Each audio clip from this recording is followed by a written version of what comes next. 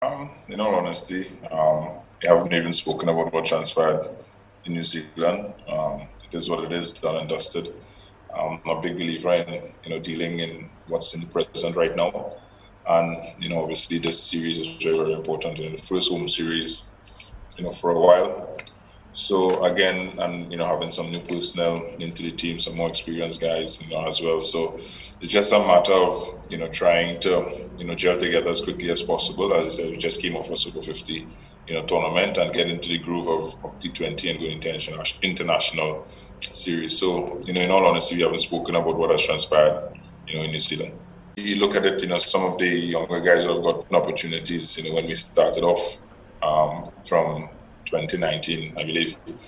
Um, and it hasn't really produced the results, that we might have wanted on a consistent basis. Guys were still in and out because of different sort of reasonings, non-cricketing reasons and stuff like that. So again, these guys continue to perform despite their age. And one thing that has been said throughout is that the door open for each and every individual, and once you show that you can perform at the highest level or that level, even franchise cricket, obviously we select teams, from that in terms of from a T20 point of view, the opportunity is still there. So, striking the balance, I think as a team, we need to start to win cricket matches. We need to start to win series, because we can go down the line of just thinking about you saying, yes, we're going to blood this talent, but some of you same guys will come and talk about the results at the end of it as well. So, we have to strike that balance and we have to start to win cricket matches. We are the defending champions of the T20 World Cup and we have to get into that winning habit. And if that's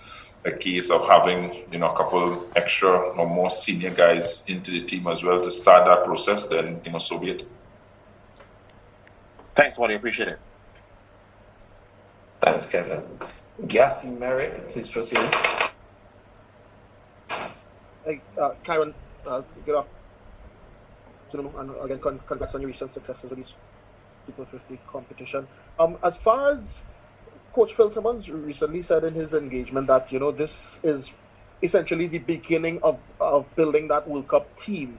And your very good friend Dwayne Bravo recently also said that he thinks that the West Indies team, in terms of just purely based on talent, maybe the rankings does not do justice to how good the teams usually are. When you look back at that 2016 team to this squad now, how excited are you for what could flesh out to be our World Cup team later down this year? We're excited to have certain individuals back. We're excited to have the younger guys as well trying to get an opportunity. And I think the way to go forward is having that sort of mixture in the team, whereas youth and experience, so the youthful guys can learn from the experienced guys, and these are some of the things that have been missing throughout from 2016 till now.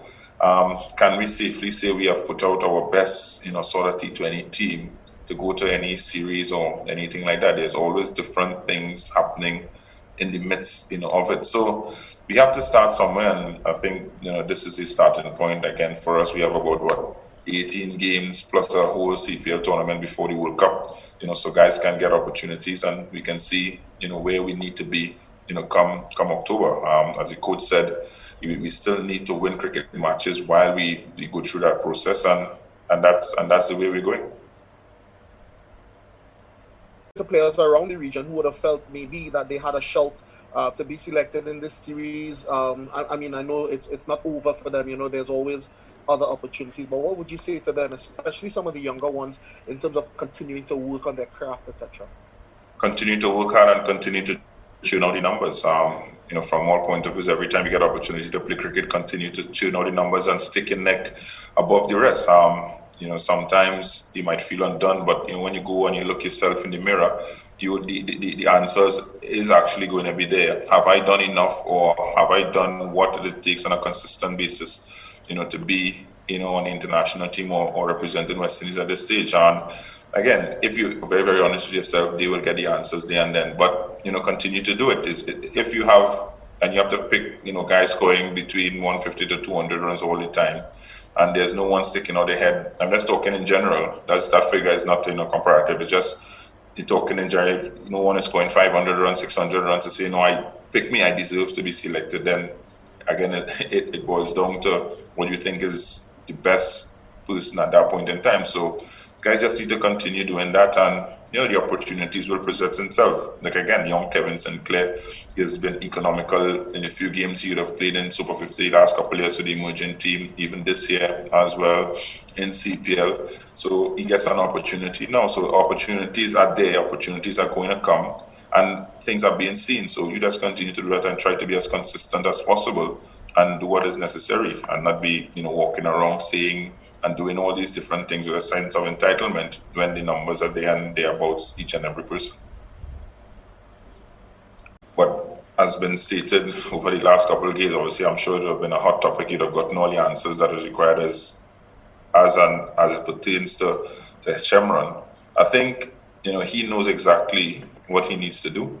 He knows the reasons and the honesty and the reason why he's not here at this point in time. And again, we need to sometimes be honest and open and straightforward with each other from different point of views, rather than just try to pamper certain situations all the way through. So again, you're damn if you do, you're damn if you don't in certain aspects, but he has left a big void, and we have obviously expressed our disappointment in that, and he knows exactly what he needs to do in order to be on this white ball teams.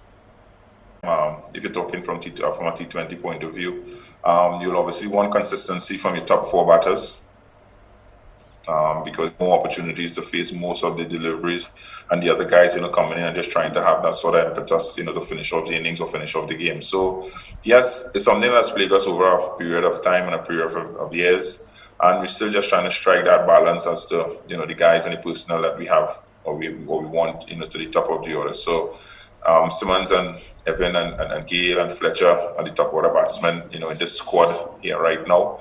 And hopefully we can see, some sort of consistency in the 3 games and then try to take it from there. But as I said, that in T20 cricket, it's more about impact players and the impact you can have on a cricket game, rather than, having someone batting, the entire 20 overs and, scoring 50, 60 runs. We've seen Chris Gayle being used in different positions in different T20 leagues. Is there any special role for him in this series? Yeah. Right. Yeah, each and every individual will have their roles. He will have a specific role, as well for us. It's something that we would have spoken about, between last night and today, the day before the game. So again, let's see what transpires tomorrow without letting too much out. As we know, all these informations can fly around and different sort of things. So everyone will be clear, on their role. One of the things that we are big on is clarity.